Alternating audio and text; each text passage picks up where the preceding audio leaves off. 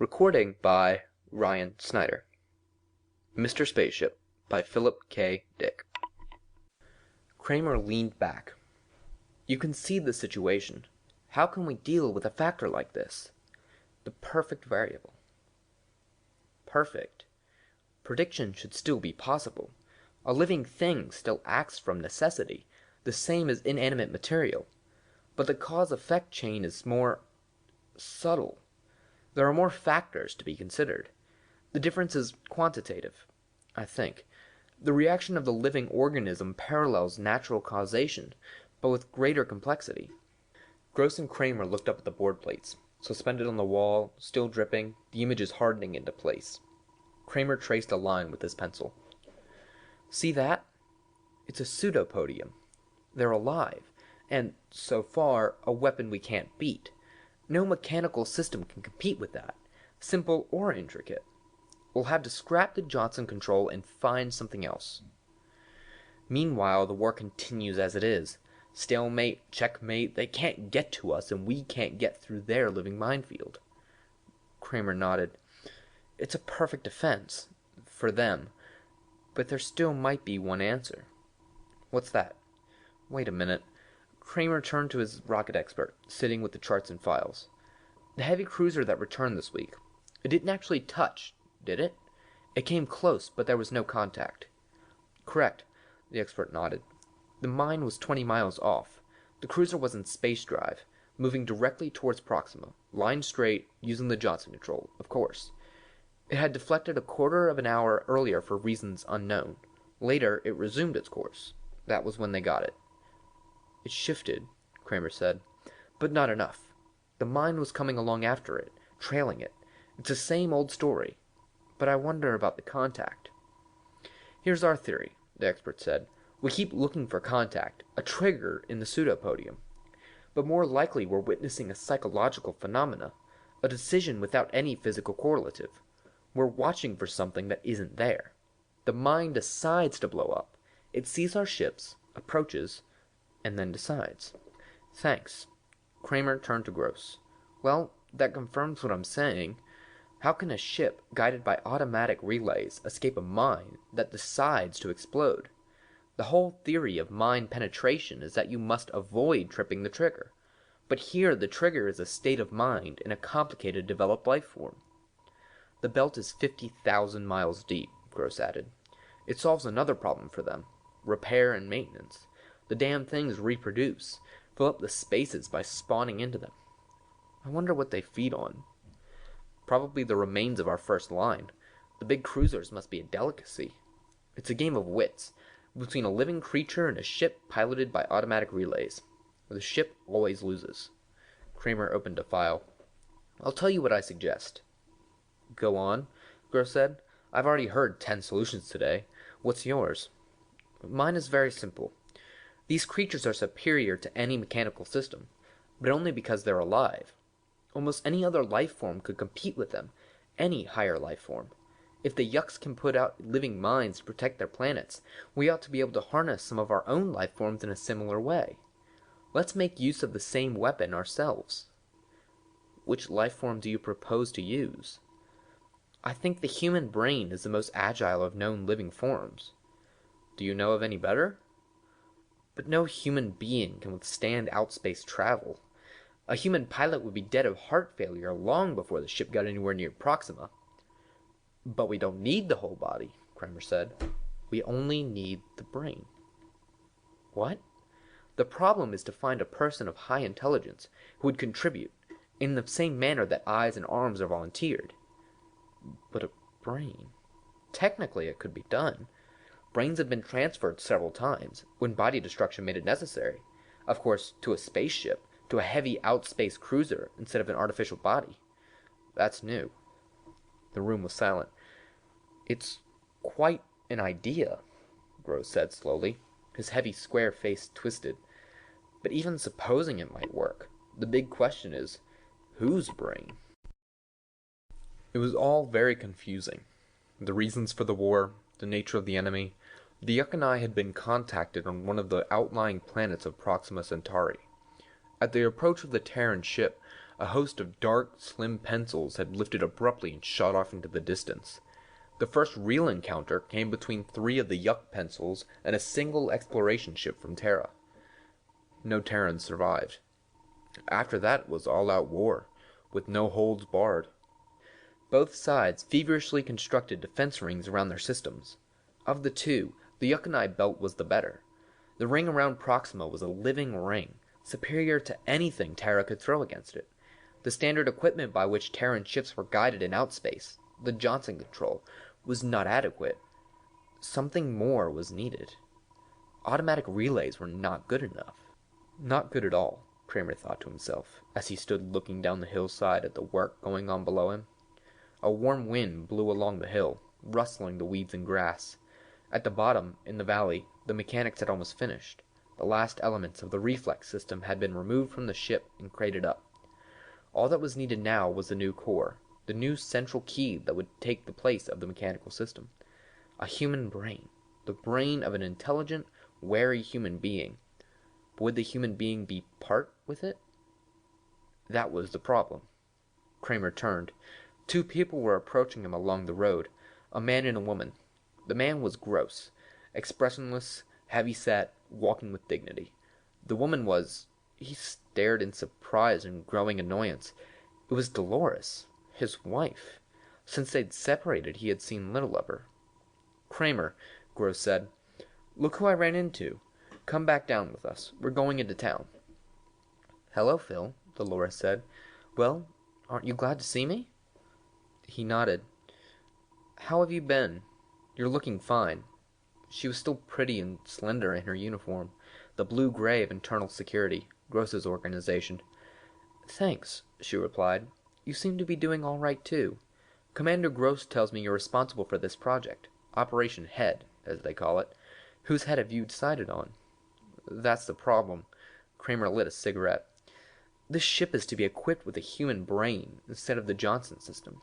We've constructed special draining baths for the brain, electronic relays to catch the impulses and magnify them, a continual feeding duct that supplies living cells with everything they need.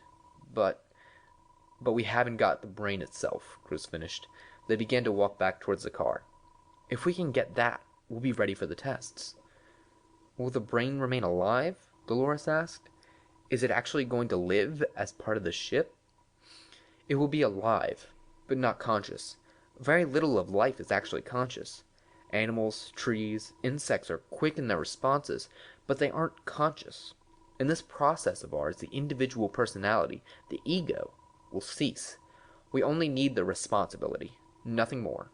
Dolores shuddered. "How terrible!" "In time of war, everything must be tried," Kramer said absently. "If one life sacrificed will end the war, it's worth it. This ship might get through. A couple more like it, and there wouldn't be any more war." They got into the car. As they drove down the road, Gross said, "Have you thought of anyone yet?" Kramer shook his head. "That's out of my line." "What do you mean?" "I'm an engineer. It's not in my department." "But all of this was your idea." "My work ends there." Gross was staring at him oddly. Kramer shifted uneasily. "Then who was supposed to do it?" Gross said. "I can have my organization prepare examinations of various kinds to determine fitness, that kind of thing." "Listen, Phil," Dolores said suddenly. "What?" She turned toward him. "I have an idea. Do you remember that professor we had in college? Michael Thomas?" Kramer nodded. "I wonder if he's still alive." Dolores frowned. "If he is, he must be awfully old." "Why, Dolores?" Gross asked. "Perhaps an old person who didn't have much time left, but whose mind was still clear and sharp. Professor Thomas." Kramer rubbed his jaw. "He certainly was a wise old duck. But could he still be alive? He must have been 70 then." "We could find that out," Gross said. "I could make a routine check." "What do you think?" Dolores said. "If any human mind could outwit those creatures, I don't like the idea." Kramer said. In his mind an image had appeared. The image of an old man sitting behind a desk, his bright, gentle eyes moving about the classroom. The old man leaning forward, a thin hand raised. "Keep him out of this," Kramer said. What's wrong? Gross looked at him curiously. It's because I suggested it, Dolores said. No, Kramer shook his head. It's not that. I didn't expect anything like this. Somebody I knew, a man I studied under. I remember him very clearly. He has a very distinct personality. Good, Gross said. He sounds fine. We can't do it. We're asking for his death. This is war, Gross said. A war doesn't wait on the needs of the individual. You said that yourself. Surely he'll volunteer. We can keep it on that basis.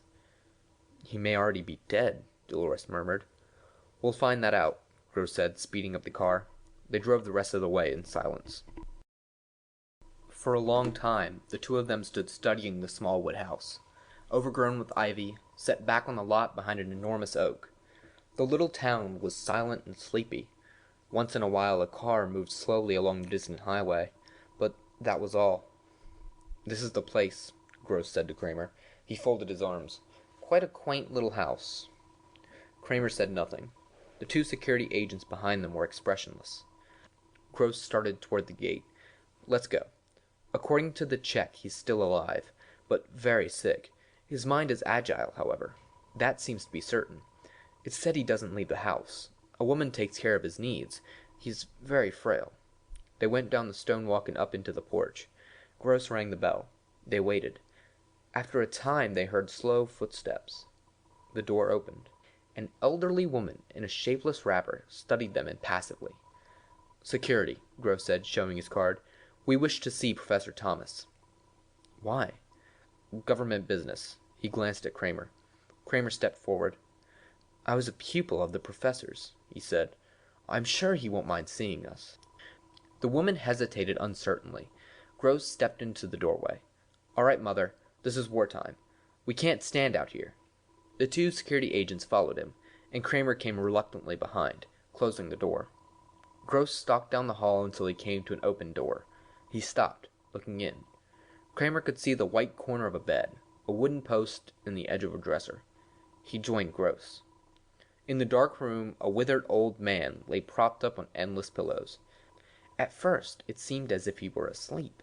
There was no motion or sign of life.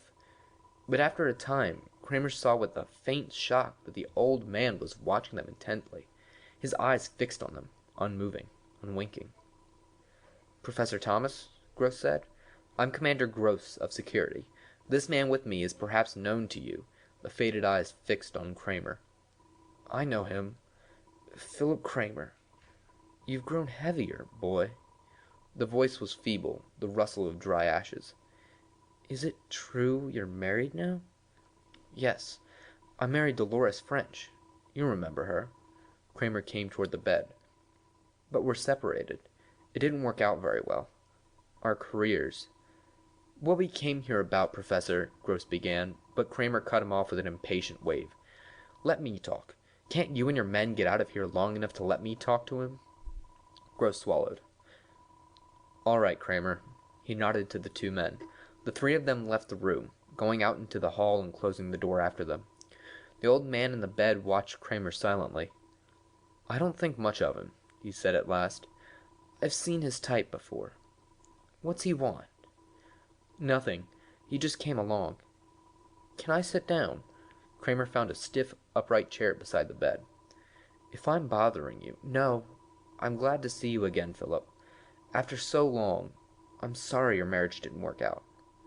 How have you been? I've been very ill.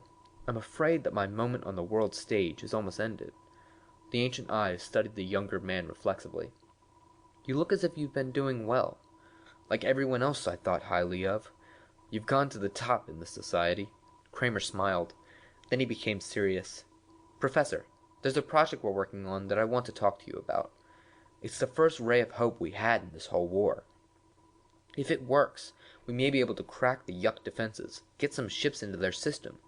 If we can do that, then the war might be brought to an end. Go on. Tell me about it, if you wish. It's a long shot, this project. It may not work at all, but we have to give it a try. It's obvious that you came here because of it, Professor Thomas murmured. I'm becoming curious. Go on. After Kramer finished, the old man lay back in the bed without speaking. At last he sighed. I understand. A human mind, taken out of a human body. He sat up a little, looking at Kramer. I suppose you're thinking of me. Kramer said nothing. Before I make my decision, I want to see the papers on this. The theory and outline of construction. I'm not sure I like it, for reasons of my own, I mean. But I want to look at the material, if you'll do that. Certainly. Kramer stood up and went to the door. Gross and the two security agents were standing outside, waiting tensely. Gross, come inside. They filed into the room. Give the professor the papers, Kramer said. He wants to study them before deciding. Gross brought the file out of his coat pocket, a manila envelope. He handed it to the old man on the bed. Here it is, Professor. You're welcome to examine it. Will you give us your answer as soon as possible? We're very anxious to begin, of course. I'll give you my answer when I've decided. He took the envelope with a thin, trembling hand. My decision depends on what I find out from these papers. If I don't like what I find, then I will not become involved with this work in any shape or form. He opened the envelope with shaking hands. I'm looking for one thing. What is it? Gross said. That's my affair. Leave me a number by which I can reach you when I've decided. Silently, Gross put his card down on the dresser. As they went out, Professor Thomas was already reading the first of the papers, the outline of the theory. Kramer sat across from Dale Winter, his second in line. What then? Winter said.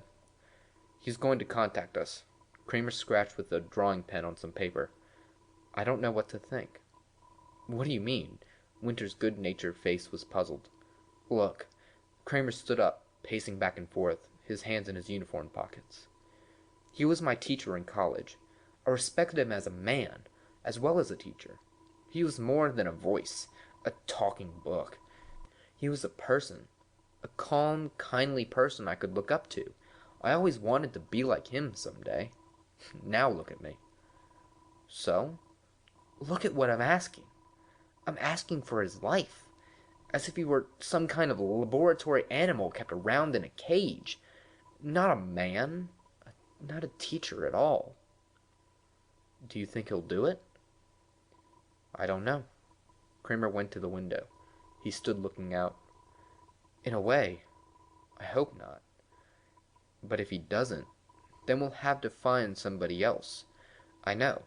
There would be somebody else. Why did Dolores have to... The vidphone rang. Kramer pressed the button. This is Gross. The heavy features formed. The old man called me. Professor Thomas. What did he say? He knew. He could tell already by the sound of Gross's voice. He said he'd do it. I was a little surprised myself, but apparently he means it. We've already made arrangements for his admission to the hospital. His lawyer is drawing up the statement of liability. Kramer only half heard. He nodded warily. All right. I'm glad. I suppose we can go ahead then. You don't sound very glad. I wonder why he decided to go ahead with it. He was very certain about it. Gross sounded pleased. He called me quite early. I was still in bed. You know, this calls for a celebration. Sure, Kramer said. It sure does. Toward the middle of August, the project neared completion. They stood outside in the hot autumn heat, looking up at the sleek metal sides of the ship.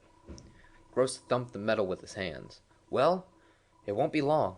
We can begin the test at any time. Tell us more about this, an officer in gold braid said. It's such an unusual concept. Is there really a human brain inside the ship? A dignitary asked, a small man in a rumpled suit.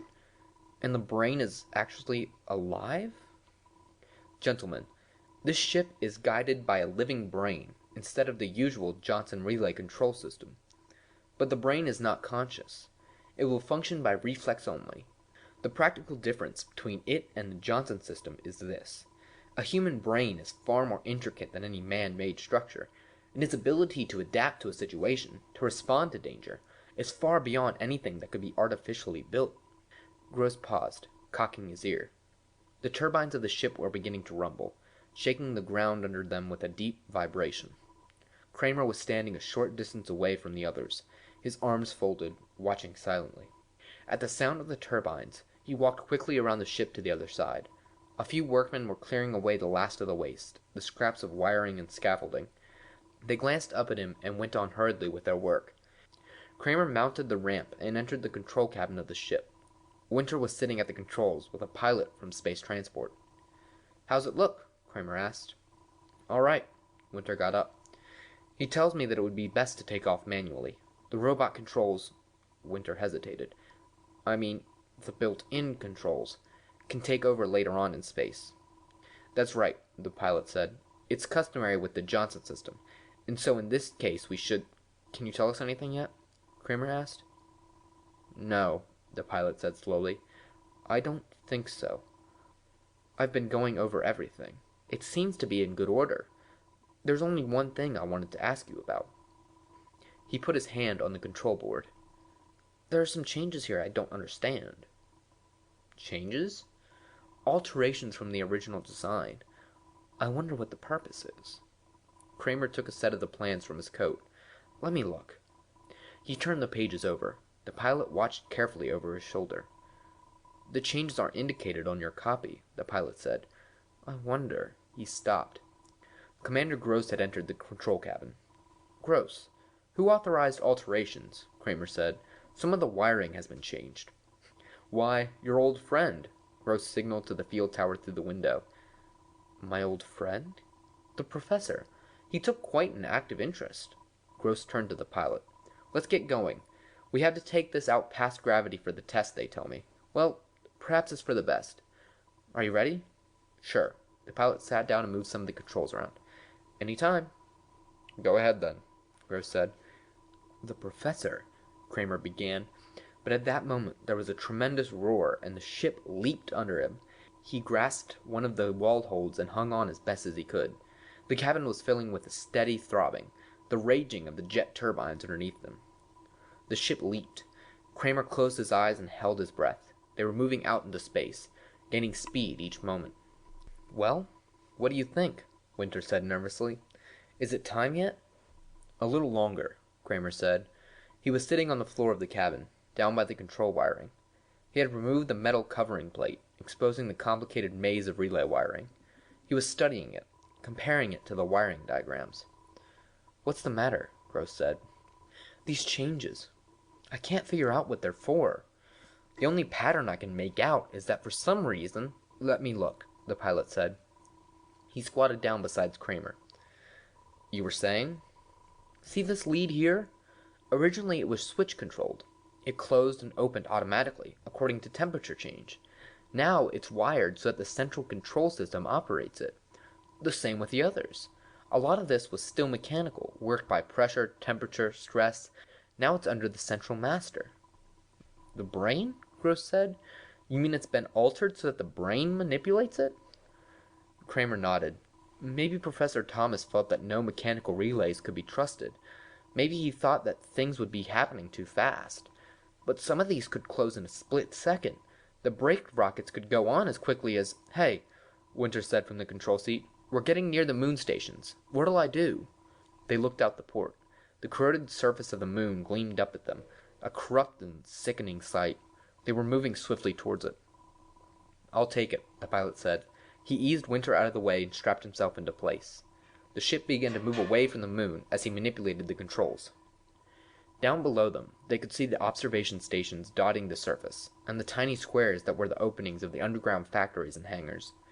A red blinker winked up at them, and the pilot's fingers moved on the board in answer. "We're past the moon," the pilot said, after a time.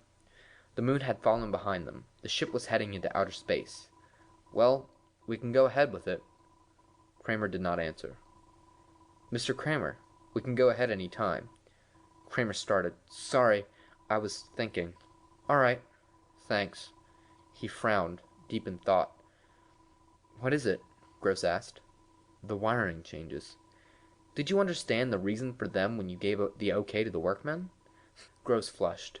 "You know I know nothing about technical materials. I'm in security." "Then you should have consulted me." "What does it matter?" Gross grinned wryly. "We're going to have to start putting our faith in the old man sooner or later." The pilot stepped back from the board. His face was pale and set. "Well, it's done," he said. "That's it?" "What's done?" Kramer said. "We're on automatic. The brain. I turned the board over to it. To him, I mean. The old man." The pilot lit a cigarette and puffed nervously. "Let's keep our fingers crossed." The ship was coasting evenly, in the hands of its invisible pilot. Far down inside the ship, carefully armored and protected, a soft human brain lay in a tank of liquid, 1,000 minute electric charges playing over its surface. As the charges rose, they were picked up and amplified, fed into relay systems, advanced, carried on through the entire ship. Gross wiped his forehead nervously. "So he is running it now. I hope he knows what he's doing." Kramer nodded enigmatically. "I think he does." "What do you mean?"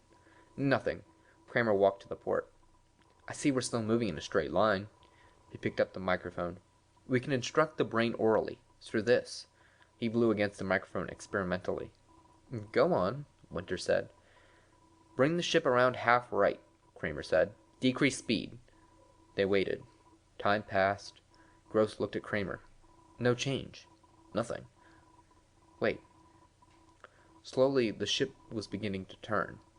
The turbines missed, reducing their steady beat. The ship was taking up its new course, adjusting itself. Nearby, some space debris rushed past, incinerating in the blasts of the turbine jets. "So far, so good," Gross said. They began to breathe more easily. The invisible pilot had taken control smoothly, calmly. The ship was in good hands. Kramer spoke a few words into the microphone, and they swung again. Now they were moving back the way they had come, toward the moon. "Let's see what he does when we enter the moon's pull," Kramer said. "He was a good mathematician, the old man. He could handle any kind of problem." The ship veered, turning away from the moon. The great eaten-away globe fell behind them. Gross breathed a sigh of relief. "That's that. One more thing." Kramer picked up the microphone. "Return to the moon and land the ship at the first space field," he said into it. "Good Lord," Winter murmured. "Why are you—" "Be quiet." Kramer stood, listening. The turbines gasped and roared as the ship swung full around, gaining speed. They were moving back toward the moon again. The ship dipped down, heading toward the great globe below. "We're going a little fast," the pilot said. "I don't see how he can put down at this velocity." The port filled up as the globe swelled rapidly. The pilot hurried toward the board, reaching for the controls. All at once the ship jerked. The nose lifted and the ship shot out into space, away from the moon, turning at an oblique angle. The men were thrown to the floor by the sudden change in course. They got to their feet again, speechless, staring at each other. The pilot gazed down at the board. It wasn't me. I didn't touch a thing. I didn't even get to it." The ship was gaining speed each moment. Kramer hesitated. "Maybe you better switch it back to manual." The pilot closed the switch. He took hold of the steering controls and moved them experimentally. "Nothing." He turned around. "Nothing. It doesn't respond." No one spoke. "You can see what has happened," Kramer said calmly. "The old man won't let go of it, now that he has it. I was afraid of this when I saw the wiring changes. Everything in this ship is centrally controlled. Even the cooling system, the hatches, the garbage release. We're helpless." "Nonsense." Gross strode to the board. He took hold of the wheel and turned it. The ship continued on its course, moving away from the moon, leaving it behind. "Release," Kramer said into the microphone. "Let go of the controls. We'll take it back. Release." "No good," the pilot said. "Nothing." He spun the useless wheel. "It's dead. Completely dead." "And we're still heading out," Winter said, grinning foolishly. "We'll be going through the first line defense belt in a few minutes. If they don't shoot us down, we better radio back." The pilot clicked the radio to send. "I'll contact the main bases, one of the observation stations. Better get to the defense belt. At the speed we're going, we'll be into it in a minute." "And after that," Kramer said, "we'll be in outer space." "He's moving us toward outspace velocity. Is this ship equipped with baths?" "Baths?" Gross said. "The sleep tanks. For space drive. We may need them if we go much faster."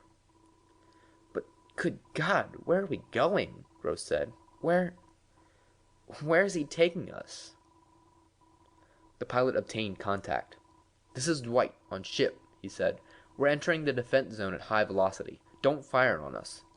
Turn back, the impersonal voice came through the speaker. You're not allowed in the defense zone. We can't. We've lost control. Lost control? This is an experimental ship. Gross took the radio. This is Commander Gross, security. We're being carried into outer space. There's nothing we can do. Is there any way that we could be removed from the ship? A hesitation. We have some fast pursuit ships that could pick you up if you wanted to jump. The chances are good they'd find you. Do you have any space flares? We do, the pilot said. Let's try it. Abandoned ship, Kramer said. If we leave now, we'll never see it again. What else can we do? We're gaining speed all the time. Do you propose that we stay here? No, Kramer shook his head. Damn it! There ought to be a better solution. Could you contact him? Winter asked. The old man? Try to reason with him? It's worth a chance, Gross said. Try it. All right. Kramer took the microphone. He paused a moment. Listen, can you hear me? This is Phil Kramer. Can you hear me, Professor? Can you hear me? I want you to release the controls. There was silence. This is Kramer, Professor. Can you hear me? Do you remember who I am? Do you understand who this is? Above the control panel, the wall speaker made a sound, a sputtering static. They looked up.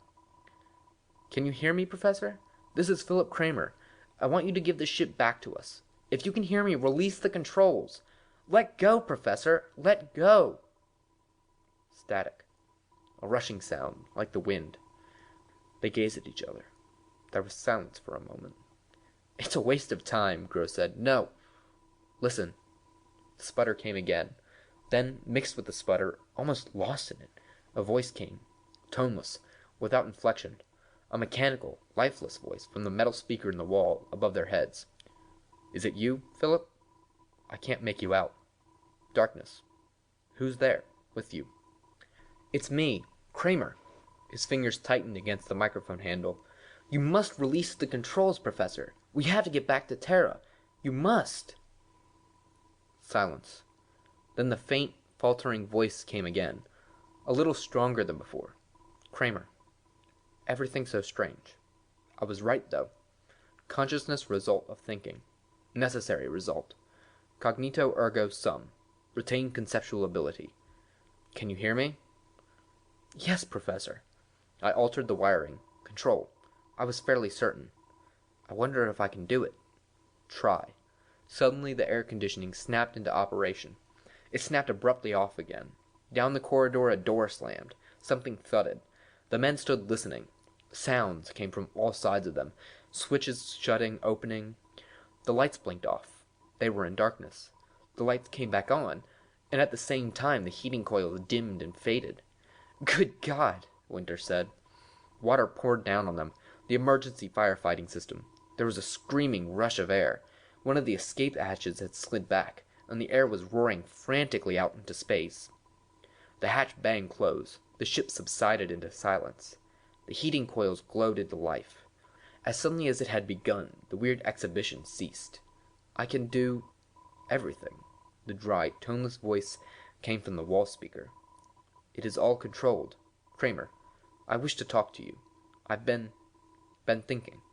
I haven't seen you in many years. A lot to discuss. You've changed, boy. We have much to discuss. Your wife. The pilot grabbed Kramer's arm. There's a ship standing off our bow. Look. They ran to the port. A slender, pale craft was moving along with them, keeping space with them. It was signal blinking. A Terran pursuit ship, the pilot said. Let's jump. They'll pick us up. Suits. He ran to the supply cupboard and turned the handle. The door opened and he pulled the suits onto the floor. Hurry, Gross said. A panic seized them. They dressed frantically, pulling the heavy garments over them. Winter staggered to the escape hatch and stood by it, waiting for the others. They joined him, one by one. Let's go, Gross said. Open the hatch. Winter tugged at the hatch. Help me! They grabbed hold, tugging together. Nothing happened. The hatch refused to budge. Get a crowbar, the pilot said. Hasn't anyone got a blaster? Gross looked frantically around. Damn it! Blast it open! Pull, Kramer grated. Pull together. Are you at the hatch? The toneless voice came, drifting and eddying through the corridors of the ship. They looked up, staring around them. I sensed something nearby. Outside. A ship. You are leaving? All of you? Kramer, you are leaving too? Very unfortunate. I had hoped we could talk. Perhaps at some other time you might be induced to remain. Open the hatch, Kramer said, staring up at the impersonal walls of the ship. For God's sake, open it! There was silence. An endless pause. Then, very slowly, the hatch slid back. The air screamed out, rushing past them into space. One by one they leaped, one after the other, propelled away by the repulsive material of the suits. A few minutes later, they were being hauled aboard the pursuit ship. As the last one of them was lifted through the port, their own ship pointed itself suddenly upward and shot off at tremendous speed. It disappeared. Kramer removed his helmet, gasping. Two sailors held onto him and began to wrap him in blankets. Gross sipped a mug of coffee, shivering. It's gone, Kramer murmured. I'll have an alarm sent out, Gross said. What's happened to your ship? A sailor asked curiously. It sure took off in a hurry. Who's on it? We'll have to have it destroyed, Gross went on, his face grim. It's got to be destroyed. There's no telling what he has in mind. Gross sat down weakly on a metal bench. What a close call for us. We were so damn trusting. What could he be planning? Kramer said, half to himself. It doesn't make sense. I don't get it. As the ship sped back toward the moon base, they sat around the table in the dining room, sipping hot coffee and thinking, not saying very much. Look here, Rose said at last. What kind of man was Professor Thomas? What do you remember about him? Kramer put his coffee mug down. It was 10 years ago. I don't remember much. It's vague. He let his mind run back over the years. He and Dolores had been at Hunt College together, in physics and the life sciences. The college was small, and set back away from the momentum of modern life. He had gone there because it was his hometown, and his father had gone there before him. Professor Thomas had been at the college a long time, as long as anyone could remember. He was a strange old man, keeping to himself most of the time.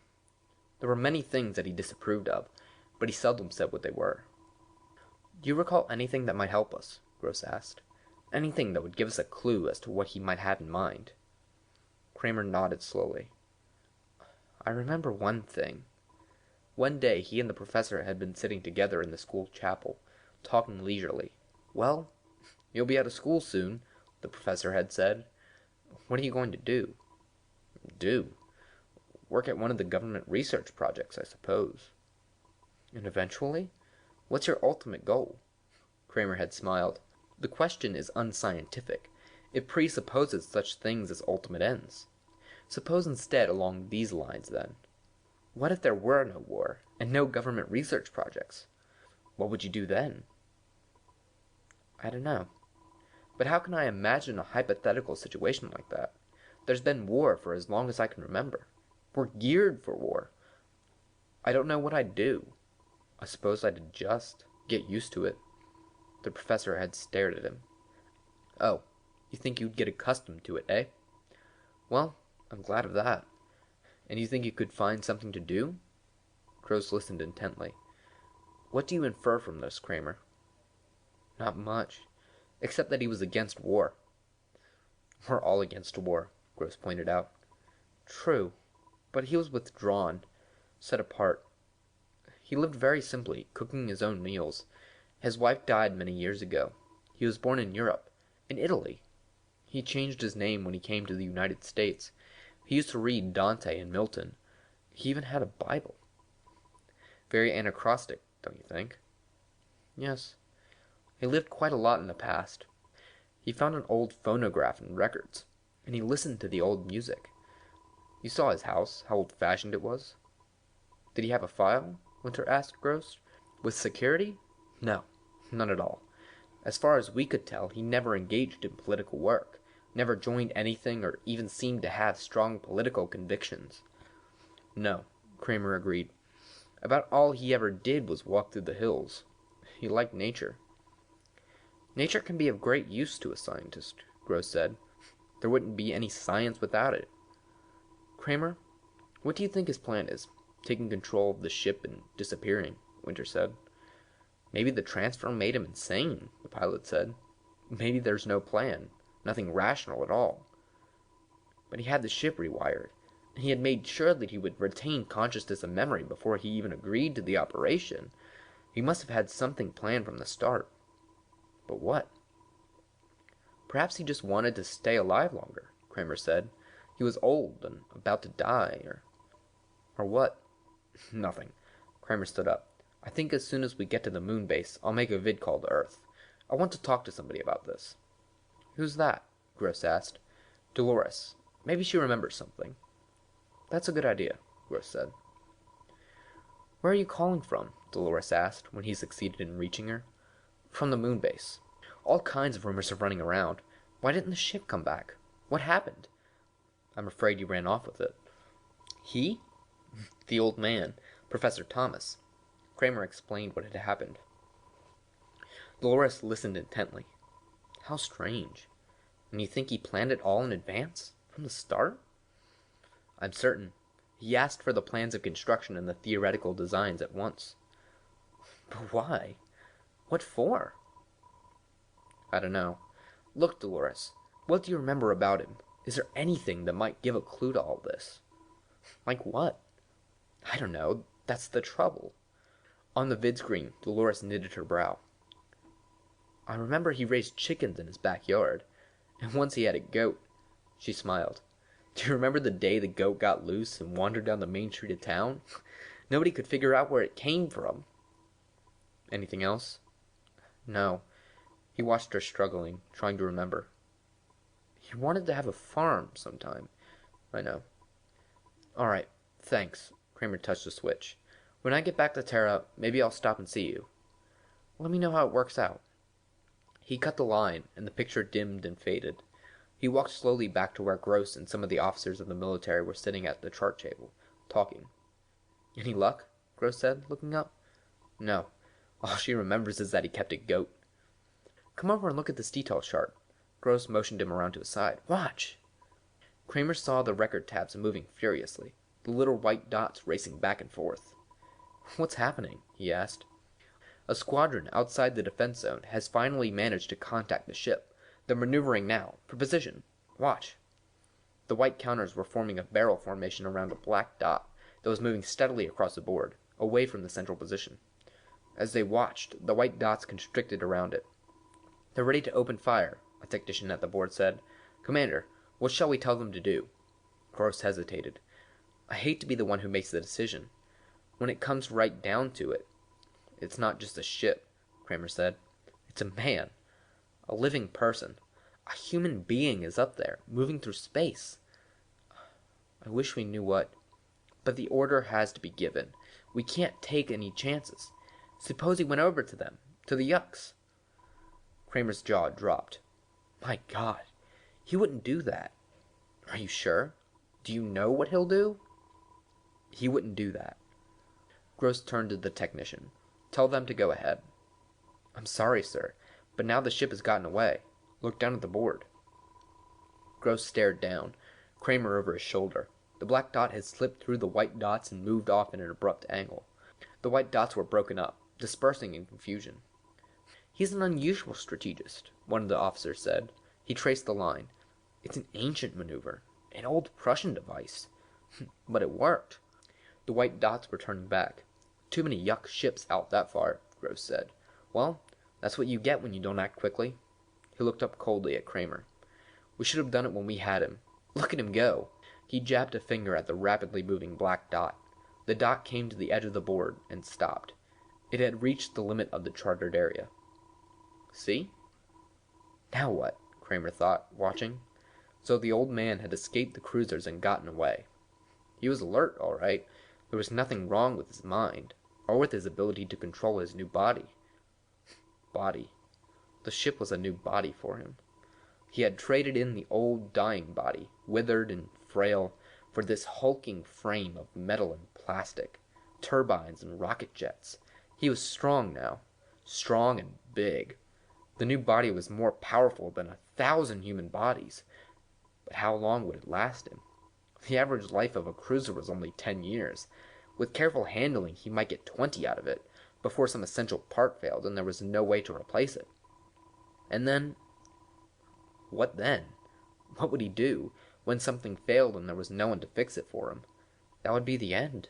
Someplace, far out in the cold darkness of space, the ship would slow down, silent, lifeless, to exhaust its last heat into the eternal timelessness of outer space.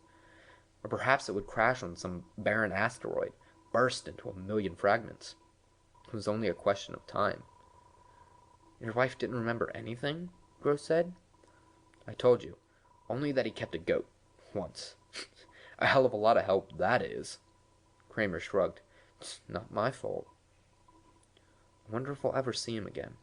Gross stared down at the indicator dot, still hanging at the edge of the board. I wonder if he'll ever move back this way. I wonder too, Kramer said. That night, Kramer lay in bed, tossing from side to side, unable to sleep. The moon gravity, even artificially increased, was unfamiliar to him, and it made him uncomfortable. 1,000 thoughts wandered loose in his head as he lay fully awake. What did it all mean? What was the professor's plan? Maybe they would never know. Maybe the ship was gone for good. The old man had left forever, shooting into outer space. They might never find out why he had done it, what purpose, if any, had been in his mind. Kramer sat up in bed. He turned on the light and lit a cigarette. His quarters were small, a metal-lined bunk room, part of the moon station base. The old man had wanted to talk to him. He had wanted to discuss things, hold a conversation, but in the hysteria and confusion, all they had been able to think of was getting away. The ship was rushing off without them, carrying them into outer space. Kramer set his jaw. Could they be blamed for jumping? They had no idea where they were being taken, or why. They were helpless, caught in their own ship, and the pursuit ship standing by waiting to pick them up was their only chance. Another half hour and it would have been too late. But what had the old man wanted to say? What had he intended to tell him in those first confusing moments, when the ship around them had come alive, each metal strut and wire suddenly animate, the body of a living creature, a vast metal organism? It was weird, unnerving. He could not forget it, even now. He looked around the small room uneasily. What did it signify? The coming to life of metal and plastic? All at once they had found themselves inside a living creature, in its stomach, like Jonah inside the whale. It had been alive, and it had talked to them, talked calmly and rationally as it rushed them off faster and faster into space. The wall speaker and circuit had become the vocal cords and mouth, the wiring, the spinal cord and nerves, the hatches and relays and circuit breakers, the muscles. They had been helpless, completely helpless. The ship had, in a brief second, stolen their power away from them and left them defenseless, practically at its mercy. It was not right. It made him uneasy. All his life he had controlled machines, bent nature and the forces of nature to man and man's needs. The human race has slowly evolved until it was in a position to operate things, run them as it saw fit. Now all at once it had been plunged back down the ladder again, prostrate before a power against which they were children. Kramer got out of bed. He put on his bathrobe and began to search for a cigarette. While he was searching, the vidphone rang. He snapped the vidphone on. Yes? The face of the immediate monitor appeared. A call from Tara, Mr. Kramer. An emergency call.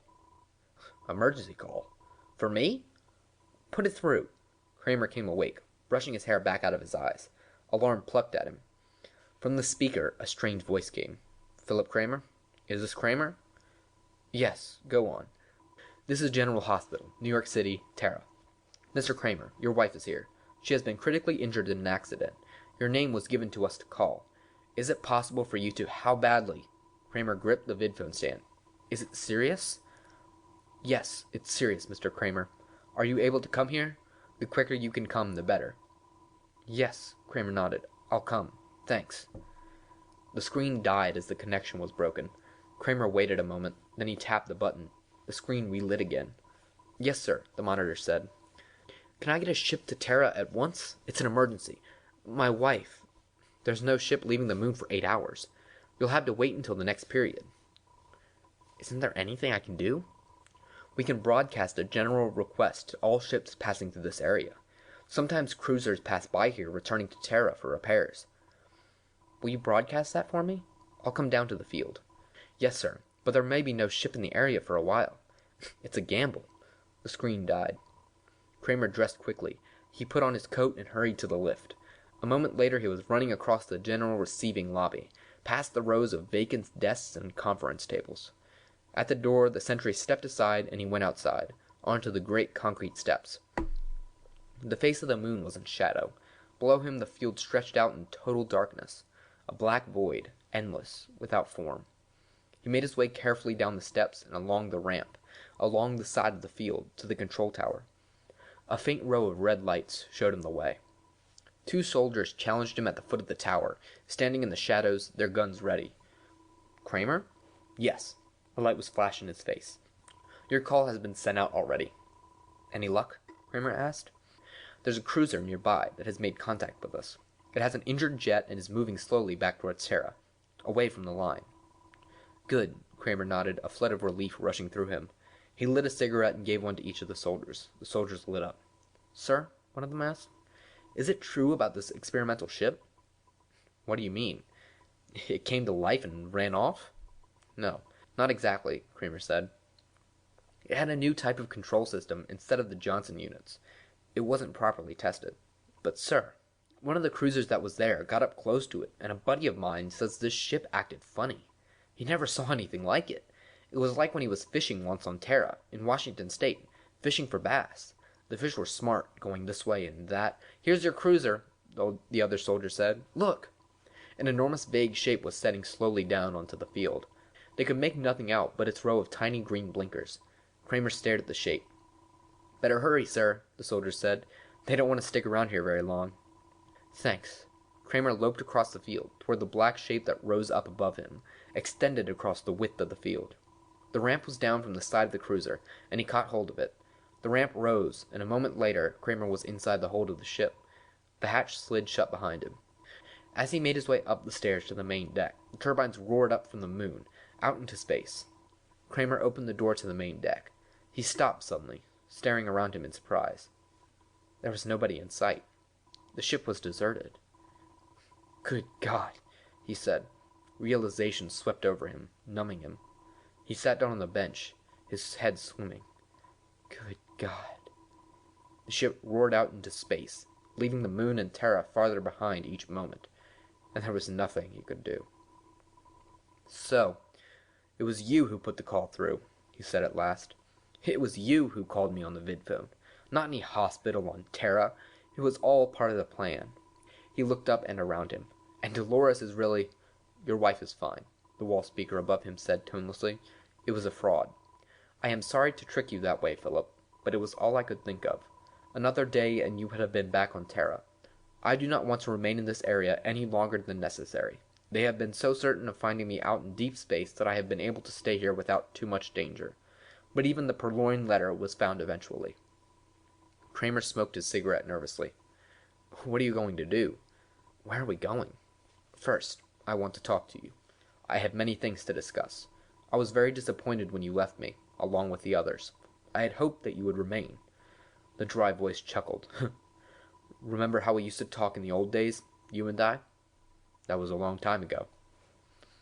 The ship was gaining speed. It plunged through space at tremendous speed, rushing through the last of the defense zone and out beyond. A rush of nausea made Kramer bend over for a moment. When he straightened up, the voice from the wall went on. I'm sorry to step it up so quickly, but we are still in danger. Another few moments and we'll be free. What about the Yuck ships? Aren't they out here? I've already slipped away from several of them. They're quite curious about me. Curious?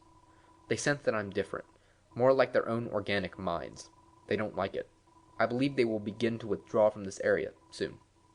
Apparently they don't want to get involved with me. They are an odd race, Philip. I would have liked to study them closely, try to learn something about them. I'm of the opinion that they use no inert material. All their equipment and instruments are alive, in some form or other. They don't construct or build at all. The idea of making is foreign to them. They utilize existing forms, even their ships. Where are we going? Kramer said. I want to know where you are taking me. Frankly, I'm not certain. You're not certain? I haven't worked some details out. There are a few vague spots in my program still, but I think that in a short while I'll have them ironed out. What is your program? Kramer said. It's really very simple, but don't you want to come into the control room and sit? The seats are much more comfortable than that metal bench. Kramer went into the control room and sat down at the control board. Looking at the useless apparatus made him feel strange. What's the matter? The speaker above the board rasped. Kramer gestured helplessly.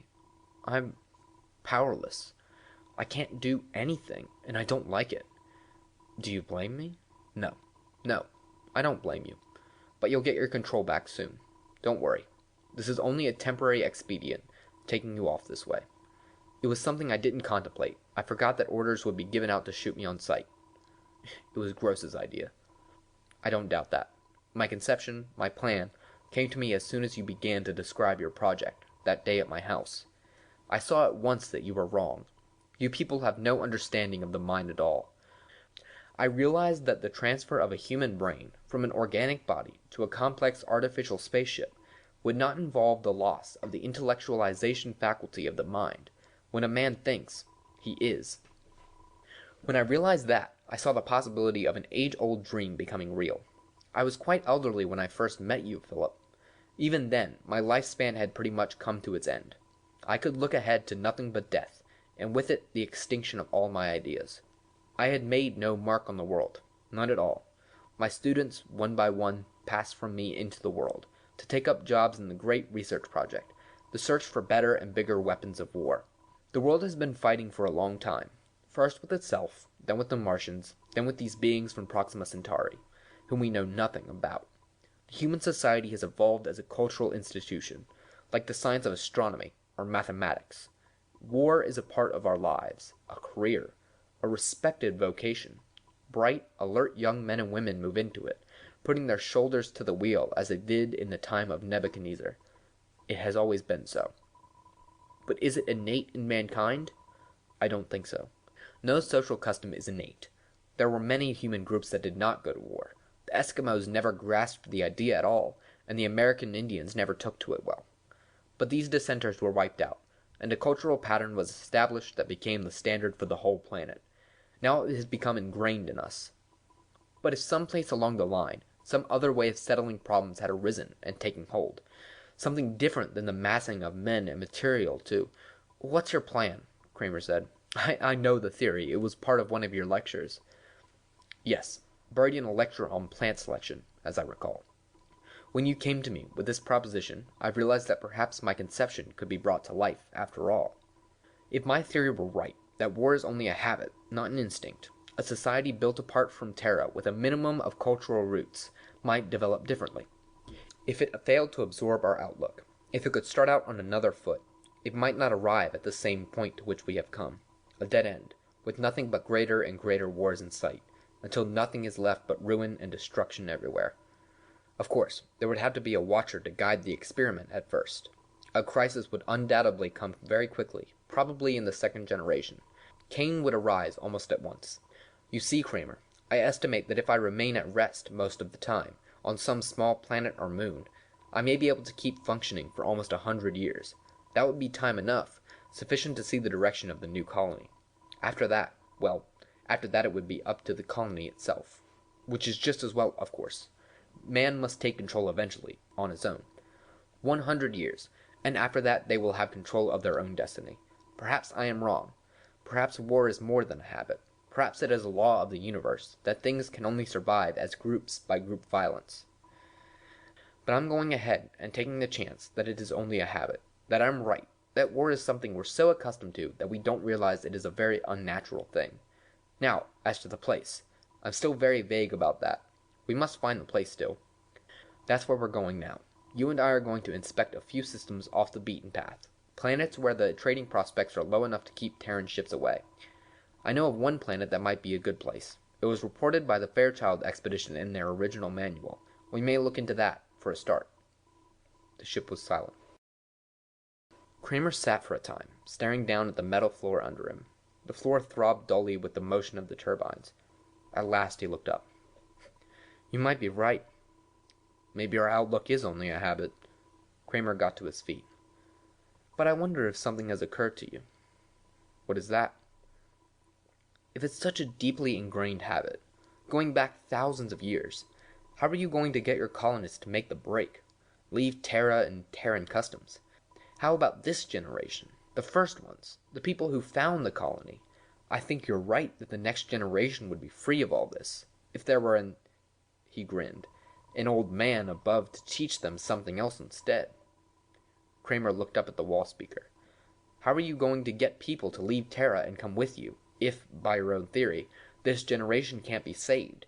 It all has to start with the next. The wall speaker was silent. Then it made a sound, the faint, dry chuckle. I'm surprised at you, Philip. Settlers can be found. We won't need many, just a few. The speaker chuckled again. I'll acquaint you with my solution. At the far end of the corridor, a door slid open. There was sound. A hesitant sound. Kramer turned. Dolores! Dolores Kramer stood uncertainly, looking into the control room. She blinked in amazement. Phil! What are you doing here? What's going on? They stared at each other. What's happening? Dolores said. I received a vid call that you had been hurt in a lunar explosion. The wall speaker rasped to life. You see, Philip, that problem is already solved. We don't need so many people. Even a single couple might do. Kramer nodded slowly. I see, he murmured thickly. Just one couple. One man and woman. That might make it all right, if there were someone to watch and see that things went as they should. There will be quite a few things I can help you with, Philip. Quite a few. We'll get along very well, I think. Kramer grinned wryly. You could even help us name the animals, he said. I understand that's the first step. I'll be glad to, the toneless, impersonal voice said. As I recall, my part will be to bring them to you, one by one. Then you can do the actual naming. I don't understand, Dolores faltered. What does he mean, Phil? Naming animals? What kind of animals? Where are we going? Kramer walked slowly over to the port and stood staring silently out, his arms folded. Beyond the ship, a myriad fragments of light gleamed, countless coals glowing in the dark void. Stars, suns, systems, endless, without number. A universe of worlds, an infinity of planets waiting for them, gleaming and winking from the darkness. He turned back, away from the port. Where are we going? He smiled at his wife, standing nervous and frightened, her large eyes full of alarm. I don't know where we're going, he said, but somehow that doesn't seem too important right now. I'm beginning to see the professor's point. It's the result that counts. And for the first time in many months, he put his arm around Dolores. At first she stiffened, the fright and nervousness still in her eyes. But then suddenly she relaxed against him, and there were tears wetting her cheeks. Phil, do you really think we can start over again? You and I? He kissed her tenderly, then passionately, and the spaceship shot swiftly through the endless, trackless eternity of the void.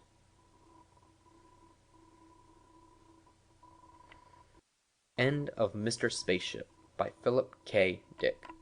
Recording by Ryan Snyder.